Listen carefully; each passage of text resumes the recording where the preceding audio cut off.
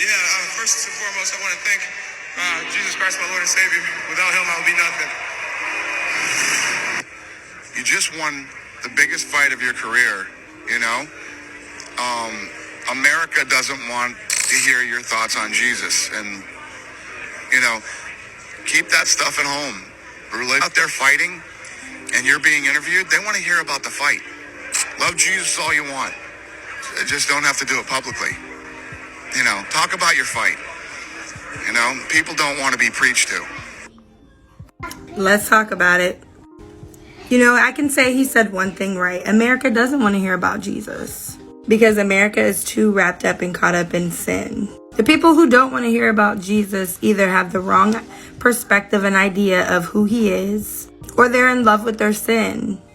I think that it was beautiful for him to recognize and tell the world about God. Because if it wasn't for Jesus, he wouldn't be in that position that he is in. But we have people that are so wrapped up in thinking that they've done everything on their own that they don't want to give any credit to the Savior, which he is the one who gives us blessings. He's the one that gives us the ability to be able to do anything. And until we come into the knowledge of who he is, you know, we'll still have ignorant people like this speaking against him or saying you should do that in the privacy of your own home. No, sir. Jesus needs to be preached publicly. Let's go to the word. Matthew 10:33, but whosoever shall deny me before men, him will I also deny before my Father which is in heaven. So we're not going to keep Jesus in the privacy of our own home. I guarantee you this man will continue to win more fights and he will continue to be exalted because he is putting the one who is above everything. And we all know that every knee shall bow and every tongue shall confess. So as the Lord continues to exalt these people who are exalting him, and for those that start proclaiming the gospel unapologetically, you know, coming out here telling people, telling the world what he has done for us, the Lord is just going to continue to be exalted. And these demons that are running around and hopping in people's bodies who don't know a lick of anything, they will see because the demons even know, okay? He said, come out here and talk about the fight. No, people need to hear about Jesus. Jesus is the one that gave him the strength to be able to win the fight. Jesus is the one that gave him the strategy to be able to, you know, smooth, duck, and move. Jesus is the one that gave him the wisdom and the knowledge to be able to oversee that fight. So why not give him all the honor and the praise and the glory before he even says anything about the fight? Y'all need to come a little better with this because Jesus will be preached.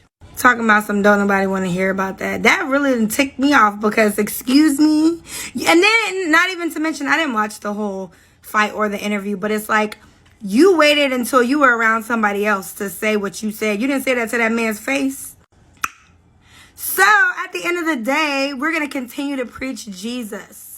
And the whole world, the whole universe is going to know about who he is and what he does. Don't allow anyone to make you ashamed or embarrassed of your faith or your testimony. Don't let anybody make you feel like you can't preach or talk about Jesus publicly. I don't care what demon, if it's your mother or dad, I don't care who it is. Don't ever let anyone silence you about preaching the gospel or preaching what the Lord has done for you. We see what Matthew 10:33 says. If you deny him before man, he will deny you before his Father, before God.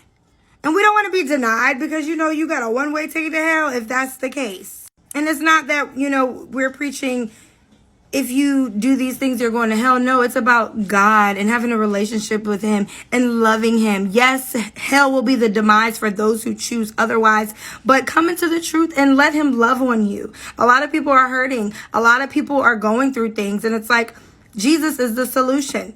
I'm a solution seeker. Let's get to the solution. We know the problem. Everybody got problems. Let's get to the solution. And Jesus is the solution. If you haven't accepted him, accept him into your life. Accept him and invite him into your home and watch your life change.